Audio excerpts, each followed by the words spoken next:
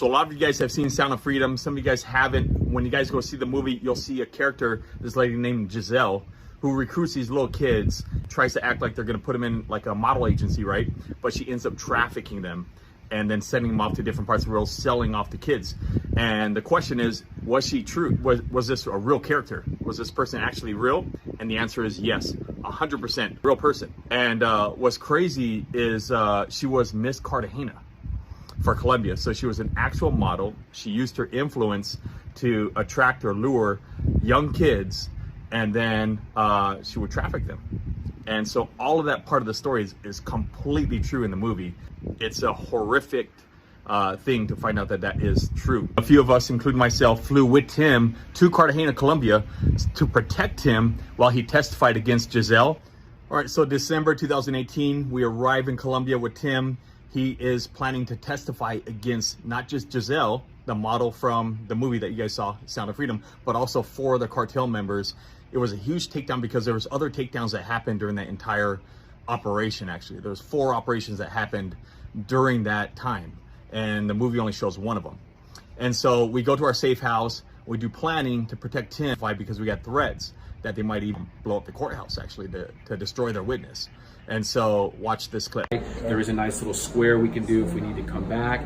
The plan is, once we feel it's safe, perhaps Ian might walk in first just to see what's going on. Once Cooper says the go-ahead's all right, Cooper and Tim and Steve will then walk in. For those of you who remember, you walk essentially right to the right. You go in, the little area, there's a metal detector, which doesn't matter, just pass right through even if it beeps. All the way to the end of the hallway, it dead ends, take a right then into the small courtroom. The armed guards will be right outside the courtroom. They will be in touch with Kahea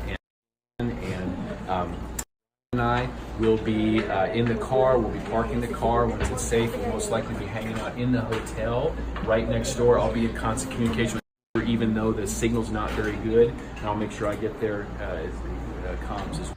So we proceed after the planning towards the courthouse. We park a little bit of ways, and then we walk the rest of the ways, only because that way we can run if we have to get away from something. And we had 2 different getaway cars ready and willing, as well as armed guards, as well as ourselves there to protect him. We've got armed guards, got the tourniquet kit, we've got medical supplies,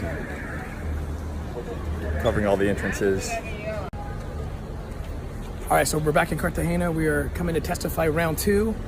A bunch of traffickers that we took down a while back, and we are hoping for a positive outcome here. We got really solid evidence, video evidence that the defendants don't even know we have. So they're gonna get up and lie, and then we're gonna say we were recording that with our hidden cameras, right? So solid case, and here we go. Also watch a clip of one of our OER guys, which is very, very normal for him to be carrying a medikit on his leg, tourniquet, and those kind of things in case he gets shot. This right here, got the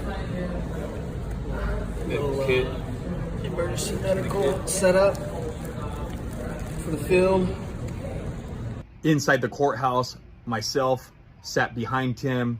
One of our other guys sat next to Tim. Tim had bulletproof vests on as well, and he was prepared to testify. You'll see the picture right here. And then we were there actually for 5 or 6 hours, and he testified against all of them, and then we were able to proceed to leave. But the longer we were there at that courthouse, the longer he was exposed to the possibility of cartels taking him out, or us out as well, or the entire building. And so it was it's not just that we go in for the rescues, which is huge, but it's also that we put away these pedophiles and put away these people that are hurting children around the world, that we put them away in prison. And that's also a huge other task of its own, is make sure and ensuring that the courts put them away. That evening, though, we were able to leave the courthouse. Everybody left safely. We returned back to our safe house. We stayed the night, and then we flew out the next day. And thankfully, we were all safe. And so that's it. That was the Cartagena story. That was the ending of it for Giselle and some other cartel members.